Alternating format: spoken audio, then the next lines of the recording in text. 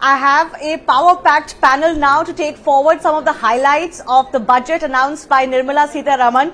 Interim budget, so nothing big bang as most are expressing, but still lots to look forward to. Let me welcome with me Dr. Pawan Goenka, Chairman INSPACe, and also Mr. Kunal Bahl, Chairman CIS Startup Council and co-founder Snapdeal. I'm also joined through video conferencing, Mr. Sunil Kant Munjal, past President, CIA Chairman, CIA Public Policy Council and Chairman from Hero Enterprise. Mr. Munjal, if I may begin with you, of course everybody was looking at continuity. In terms of capital expenditure, there has been continuity expressed by the government. Are you happy with what the government has expressed, or did you expect more? So I'm happy with two or three things.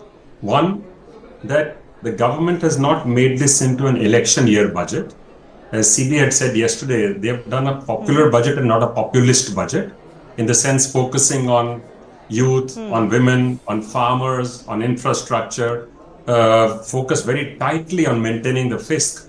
And that was something which we were very concerned about, to ensure that India's improved rating does not slip back.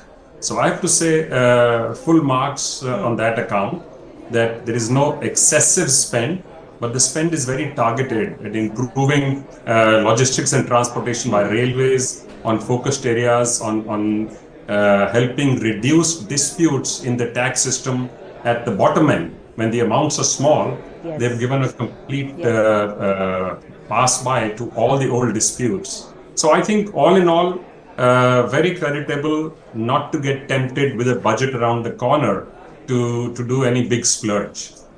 And in fact, I continue down the road. Actually, in a sense, it looks like a government with full confidence that they are going to be spending, announcing the budget, yes, the year after as well. Yes, absolutely. And I think that confidence showed in many, many ways. Dr. Goenka, Mr. Munjal, just be with me. I have two guests with me here in person. Mr. Goenka, Mr. Munjal was expressing the fact that good budget, but not a populist budget, shows confidence that the government has, that they don't need to do anything big in terms of an election approaching. For you particularly, that 1 lakh crore rupee corpus that has been announced for long-term financing of research and innovation in sunrise sectors, did that stand out for you? Yes, of course, it does. So first of all, let me reiterate that I couldn't hear what Sunil was saying, but fully agree with you. I mean, there's nothing populous in this budget, and it really is continuity and the confidence that the government is demonstrating. The 1 lakh crore corpus that has been put forward by R&D, I think meets a long-term need that we had for longest time, of how do you pull the private sector to do more R&D. One of India's problem is that most of the R&D expenditure happens by the government. Almost 2/3 of R&D expenditure is by the government, whereas in most advanced countries it's other way around, where 2/3 happens by private sector. So I think it's like giving it such a long-term interest-free corpus is almost giving away the money, free, right? So what they're saying is to the private sector, come, invest in R&D, we will support you, yes, right? And with that, if we really want to become the Viksit Bharat by 2047, it cannot happen without a significant advancement in R&D and innovation. And that's what it does. So I think it's a very big deal. Maybe most people won't realize the implication of that and the impact of that. But we'll have to see the details, of course, but I think it's going to make a huge difference. And Kunal, added to that is the government's focus for deep tech industries plus defense. You focus a lot on the startup sector. Good news overall? Absolutely. I feel that while everyone's calling it an interim budget, but there's enough in it for the startup economy, particularly given that, as Dr. Goenka was also saying, a lot of these sunrise sectors, particularly the startups in the sunrise sectors, these are incredibly long gestation period ideas. Yes, yes. And getting equity financing is very challenging for these startups. And effectively this 50-year no interest, zero or low interest loan is effectively a grant in some ways. And that's what you need to catalyze these sunrise sectors, whether it's deep tech, biotech, space tech, or defense tech, etc. Separately, we also feel that this is the announcement of the continued focus on EV is very, very encouraging.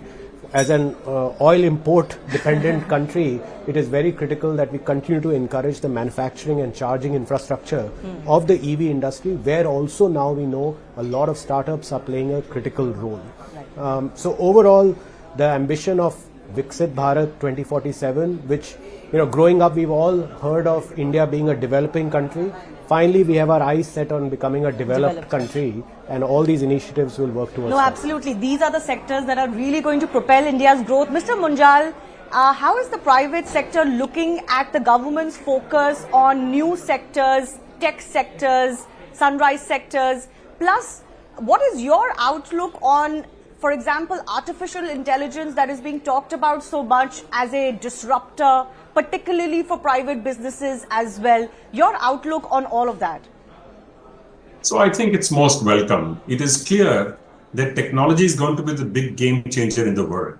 And as India wants to be a key player in the global economy, as we should be, first for our own internal needs, to be able to meet the needs of our population, to improve our standard of living of all Indians, you have no choice but to be competitive. And to do that, these are the technologies which are going to give us that ability to leapfrog. And you use some of the keywords like artificial intelligence and other technologies.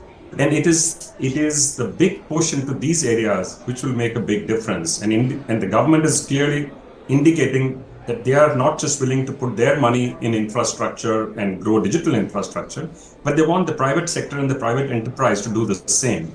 So I think this twin engine of firing both ends in the public sector and the private sector will certainly be a big help.